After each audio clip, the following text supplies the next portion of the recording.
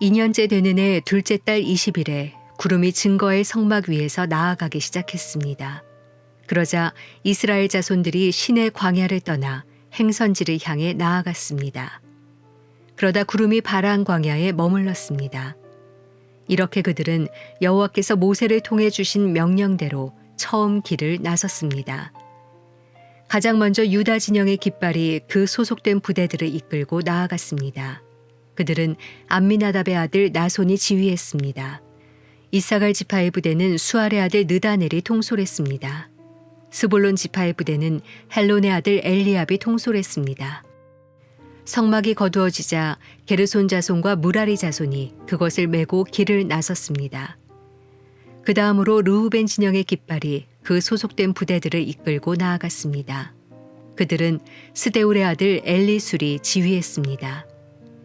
시므온 지파의 부대는 수리사떼의 아들 술루미엘이 통솔했습니다. 갓 지파의 부대는 두우엘의 아들 엘리아삽이 통솔했습니다. 그러자 고앗 자손이 거룩한 물품들을 메고 길을 나섰습니다. 성막은 그들이 도착하기 전에 이미 세워져 있어야 했습니다. 그 다음으로 에브라임 진영의 깃발이 그 소속된 부대들을 이끌고 나아갔습니다. 그들은 암미우스의 아들 엘리사마가 지휘했습니다. 므낫세 지파의 부대는 부다술의 아들 가말리엘이 통솔했습니다. 베냐민 지파의 부대는 기드오니의 아들 아비단이 통솔했습니다. 그 다음으로 단 진영의 깃발이 그 소속된 부대들을 이끌고 모든 진의 후위 부대로서 나아갔습니다. 그들은 암미사떼의 아들 아히에셀이 지휘했습니다. 아셀 지파의 부대는 오그란의 아들 바기엘이 통솔했습니다. 납달리 지파의 부대는 에난의 아들 아히라가 통솔했습니다. 이와 같이 이스라엘 자손이 부대별로 행진했습니다. 그때 모세의 장인 미디안 사람 르우엘의 아들 호밥에게 모세가 말했습니다. 우리는 여호와께서 내가 너희에게 주리라고 말씀하신 그 장소로 지금 떠나고 있습니다. 우리와 같이 갑시다. 우리가 당신을 잘 대접해 드리겠습니다. 여호와께서 이스라엘에게 좋은 것들을 약속해 주셨습니다. 그가 말했습니다. 나는 가지 않겠네. 나는 내 땅과 내 동족에게로 돌아가겠네. 그러자 모세가 말했습니다. 우리를 떠나지 마십시오. 당신은 우리가 어디에서 진을 쳐야 할지를 알고 있습니다. 우리의 눈이 돼 주십시오. 당신이 우리와 같이 가면 여호와께서 우리에게 주시는 좋은 것을 무엇이든 당신과 나누겠습니다. 그리하여 그들은 여호와의 산을 떠나 3일 길을 나아갔는데 여호와의 언약궤가 쉴 곳을 찾아 3일 동안 그들 앞에서 진행했습니다. 낮에 그들이 진영을 철수하고 떠날 때 여호와의 구름이 그들 위에 있었습니다. 언약궤가 길을 떠날 때마다 모세가 이렇게 말했습니다. 여호와여 일어나소서. 당신 앞에서 당신의 원수들이 흩어지고 당신의 적들이 달아나게 하소서. 그리고 쉴 때마다 이렇게 말했습니다. 여호와여 천만 이스라엘 사람에게로 돌아오소서. 수요일 아침 기도회를 시작하겠습니다. 사랑하는 하나가족 여러분, 오늘도 우리가 하나님 말씀 붙들고 이렇게 믿음으로 반응하며 사는 귀한 하루가 되기를 바랍니다. 오늘은 민수기 10장 11절에서 36절까지의 말씀을 함께 묵상하고 나눕니다. 이스라엘 백성 위에 하나님께서는 구름 기둥을 두셔서 그들이 나아갈 길을 말씀하십니다.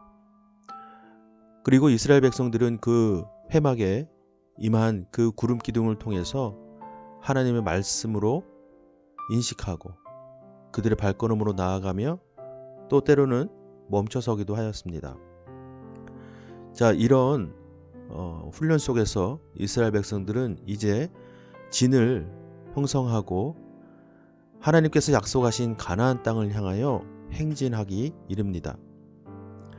오늘의 이 긴 말씀을 통해서 반복적으로 등장하는 것이 하나 있습니다.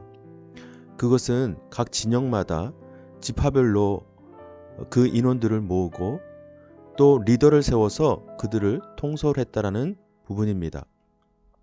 그래서 곳곳에는 누가 그들을 통솔했습니다 라는 표현이 자주 등장합니다. 자, 이것을 보면서 우리가 볼 수 있는 것이 무엇이겠습니까? 생각해 보면 단순히 몇 명으로 구성된 그런 진이 아닙니다. 아마 사진을 통해서 본 일이 있는지는 모르겠습니다만 이스라엘 백성들이 광야에서 가나안 땅으로 향할 때, 행진할 때 그 인원은 정말 어마어마한 정말 대이동입니다. 그렇기 때문에 각 진영마다 리더를 세우는 것이 정말 필요했고, 또 그 리더를 통해서 그 진영이 그 대열의 이탈 없이, 흐트러짐 없이 앞을 향해서 나아갈 수 있는 것입니다. 이런 어마어마한 많은 인원의 행진 속에서 우리가 그려볼 수 있는 한 가지는 이 모두한 인원을 하나님께서 직접 인도하신다는 사실입니다. 당시에는 지금처럼 첨단 어떤 소통의 수단이 없지 않았습니까? 그럼에도 불구하고 그들이 정말로 진열을 갖추고 나아갈 수 있었던 것은 물론 리더의 역할도 있었지만 하나님께서 그들을 친히 구름 기둥을 통하여 인도하셨다라는 사실입니다. 이것은 정말 놀라운 사실입니다.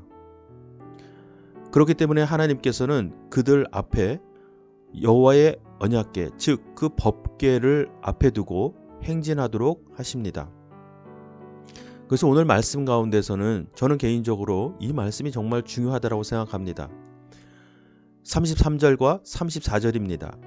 그리하여 그들은 여호와의 산을 떠나 3일 길을 나아갔는데 여호와의 언약궤가 쉴 곳을 찾아 3일 동안 그들 앞에서 진행했습니다. 낮에 그들이 진영을 철수하고 떠날 때 여호와의 구름이 그들 위에 있었습니다.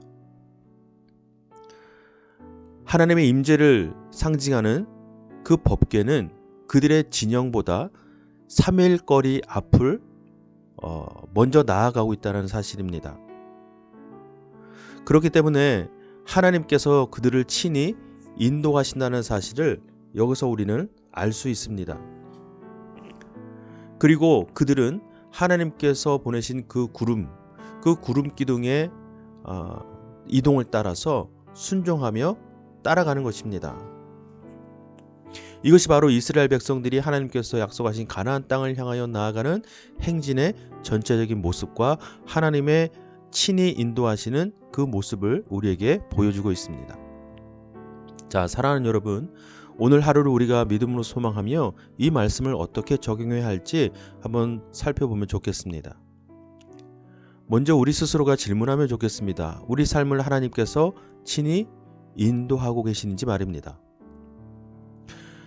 각 진영과 부대들이 하나님이 인도하시는 그 통솔을 따르고 순종하지 않는다면 그 수많은 인원이 정말로 그 질서를 맞춰서 또 진영을 흐트러뜨리지 않고 행진한다는 것은 정말 어려운 일입니다.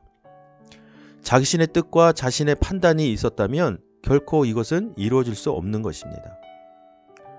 하나님의 인도하심이 있는 인생은 하나님의 뜻이 세워진 인생입니다. 자신의 판단과 지식과 의지를 자신의 지식을 의지하는 것이 아니라 하나님의 뜻, 하나님의 말씀이 세워진 인생이 바로 오늘 이스라엘 백성과 같은 모습일 것입니다. 오늘 하루를 살아가며 우리의 생각과 뜻이 아닌 하나님의 인도하심, 하나님의 말씀으로 인도함을 받는 그런 삶이 되기를 바랍니다. 그렇다면 우리는 하나님이 인도하시는 대로 우리의 삶의 흐트러짐과 분열 없이 그렇게 하나님이 보여주시는 가나안 땅으로, 즉 우리 삶에 허락하시는 하나님의 나라로 나아갈 줄로 믿습니다. 이것이 오늘 우리가 사는 그리스도인의 삶의 방식입니다. 그렇게 믿음으로 반응하며 오늘도 말씀을 붙들고 사는 하나 가족이 되기를 주님의 이름으로 축복합니다. 이 시간 각자에게 주시는 말씀을 묵상하고 함께 기도하겠습니다.